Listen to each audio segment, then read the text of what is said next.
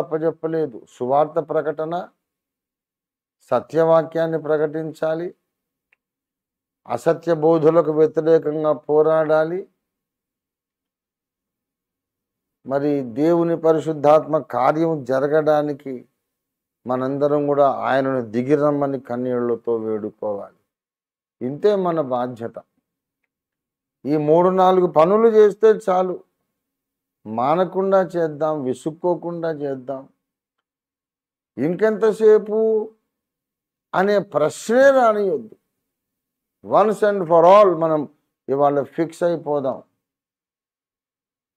మన జీవితకాలం అంతటి కొరకు ఒక నిర్ణయం ఇప్పుడు తీసుకుందాం.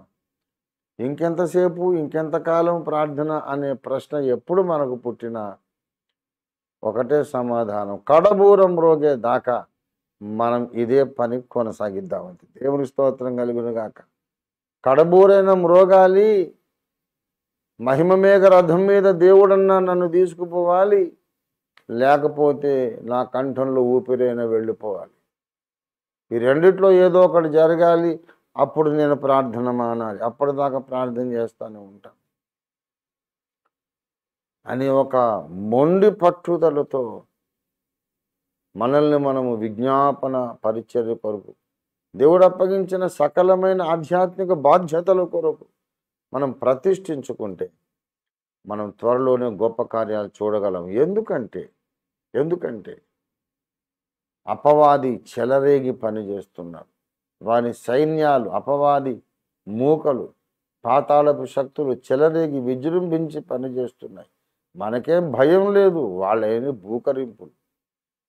భయమేం లేదు మనకు. మనమంటేనే వాళ్లకు భయం. మనకేంటి భయం వాళ్ళంటే?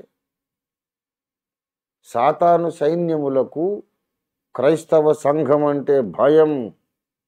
మనల్ని చూసి సాతాను సేనలు, రెండవ ఆకాశంలో ఉన్న దురాత్మల సైన్య సమూహం భయపడుతున్నారు వాళ్ళందరూ. వాళ్ళు విజృంభించి పని చేస్తున్నారని ఎందుకు చెప్తున్నానంటే,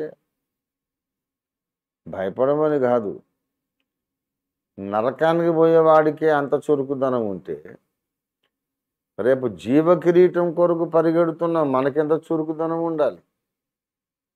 ఏరా ఇంత కష్టపడి పనిచేస్తున్నారు, మీకు ఏమి బహుమానం ఉన్నదంటే ఏమి లేదు. నరకాగ్నిగుండమే వాళ్లకు గతి. యేసుప్రభు వచ్చినాక వాడి గతి నరకాగ్నిగుండము, నిత్యాగ్నిగుండం, నిత్యాగ్ని దండన. మరి మనకు